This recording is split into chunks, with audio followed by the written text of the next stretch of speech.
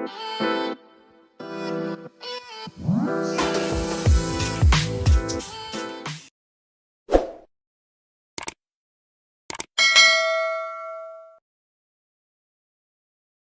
let's kick it off for today. We've got a great topic. That's hiring tips to create a team that can excel your business into growth.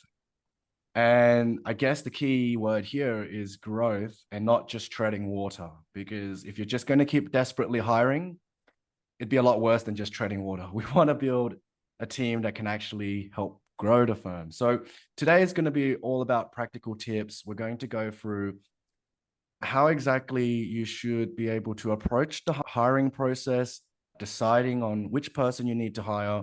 And look, even if you've come across this before, it's so important to reiterate and just compare to your firm's SOPs and hiring process if you're missing anything from today. Okay. And of course, we've got the amazing Wize talent team here with Danny and master hirer Jamie to share the insights with us.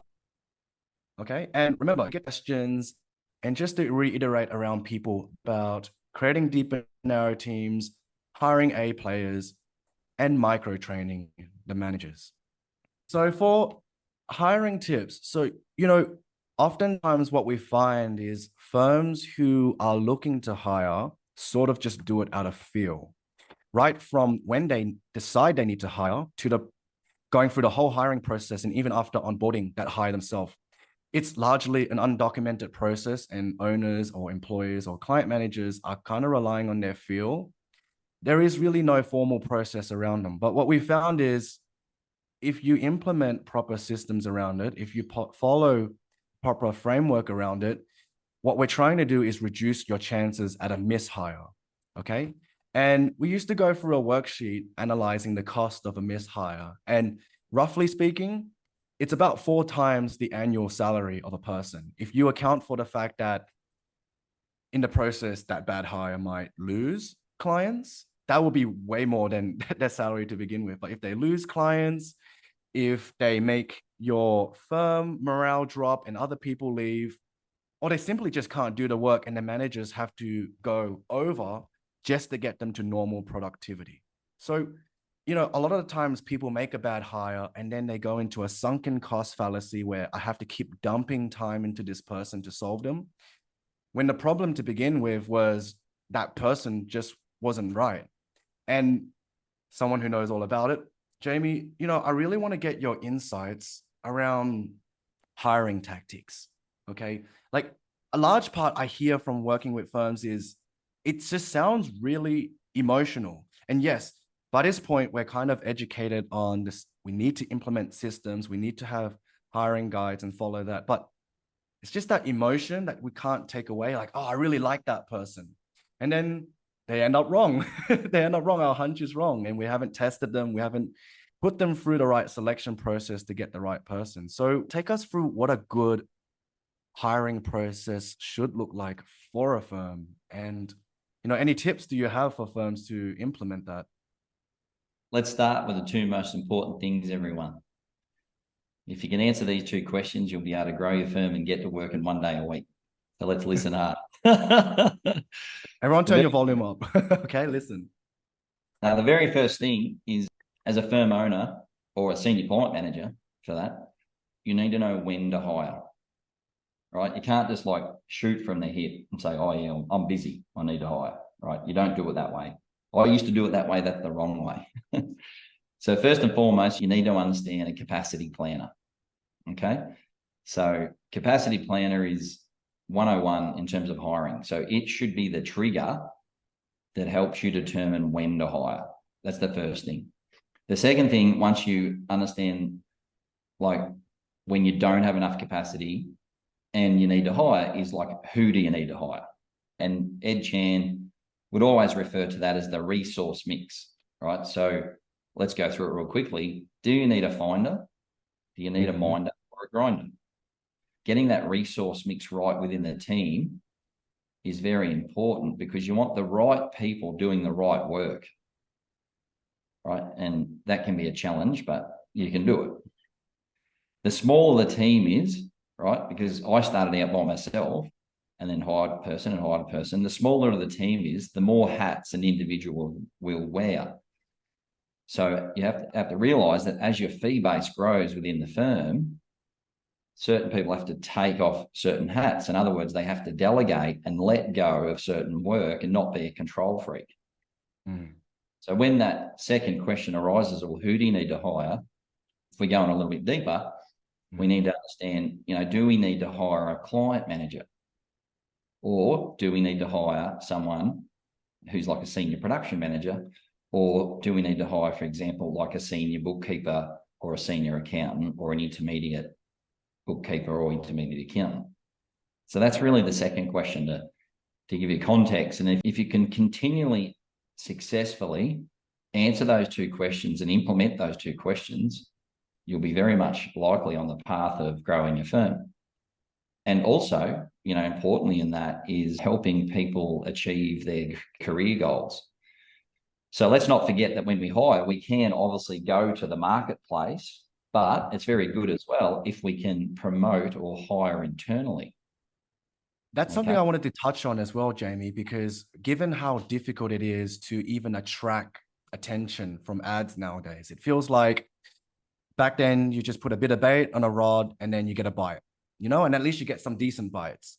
But the demand is so crazy right now that firms are finding it harder to also differentiate themselves and put more effort into selling themselves. So, let's say they get the emotional part underway, they can answer the capacity planner. How do we bridge that gap? Like these firms, what can we do better to sell ourselves to these candidates and get some bites on our ads?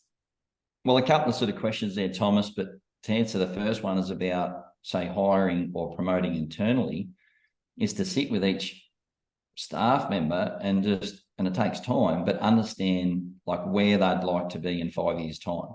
What is their career goals? And a lot of the time they may have never thought about it. Human beings are the most complex creatures on the planet. So people may not have an exact answer right now, but at least you need to plant the seed and say, well, in 5 years' time, what would you like to be doing?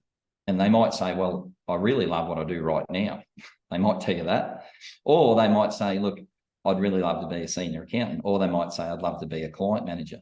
So first and foremost, you need to document what it is that they want and then work out whether the firm can help them get to that career goal. Because let's face it, if a person's career goal is going this way and the firm's going that way, you don't want that. You want goal congruence, or you want the goals to be aligned in that sense. Yeah, that's sort of about like that internal promotion thing. The second part of your question was about, well, how do we attract talent? Let's give this context for a minute. I think the unemployment rate is at a generational or a 50-year low, right? That's big time. Is it competitive? Yes, it's very competitive. And not only in Australia, Wize mentoring, I'm routinely talking to people from around the world. It's globally. If you ask someone in Canada, it's the same thing. If you ask someone in the US, it's the same thing. It's difficult to find staff. And it's always been difficult, but when you've got the lowest, level records of low unemployment, it's even more difficult as well. And a lot of the economies, are booming, and hence they keep trying to put interest rates up to calm the economy down. That's another story. So what do you do to attract it? Yeah. So attracting the right talent is simply a marketing exercise. It's absolutely a marketing exercise. And one of the best ways to do it is to make sure that your advertisement is structured right, which Danny and Chris, and they know that we've spent hours on this, like we have like a set point, step-by-step sort of advertisement, marketing piece that when you do go to advertise, part of that is we do encourage firm owners to do their own video, Thomas, as well. Yes. A lot of people said to me, well, why do that? And the reason was like 2 or 3 years ago, when we started, Wize Talent, I asked a lot of candidates, both here and overseas, I said, why did you apply for that job?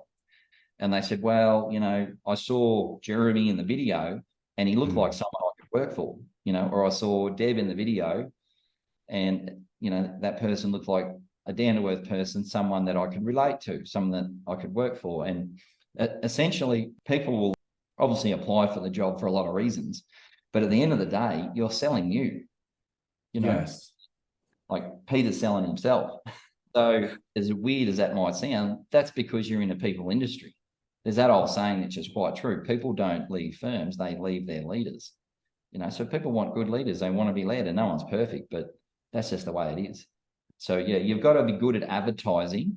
And Thomas, you have to sort of say in the video, for example, well, why should I work for Thomas? Thomas, you know, I'm going for 50 other jobs. Why should I work for you? And you got to have an answer. Yeah, you got to be, I've been in interviews where, it's so important emphasizing those intangible aspects, right? Like I've seen some interviews where I might bring up the team NPS. Like, okay, we're offering this, but did you know I can pretty much ensure that you're going to be in a happy place because I've been measuring it? It's all these intangible aspects that they're looking for, because I've noticed that firms who lead with money only end up attracting people that just leave for money, and they will leave for more money when it comes up. But if they love tangible aspects, they would retain, right? Yeah, salary's part of that overall picture, of course. Mm. But, at the end of the day, I think from my research that people buy into you, you're selling you. So that's the first thing. And so, yeah, to attract candidates, you need good marketing, you need good advertisement, you need competitive salary, competitive benefits. And Danny and Chris at Wize Talent, we're continually sort of updating that with the moving marketplace. So that's across all the different countries that we work with, as for example.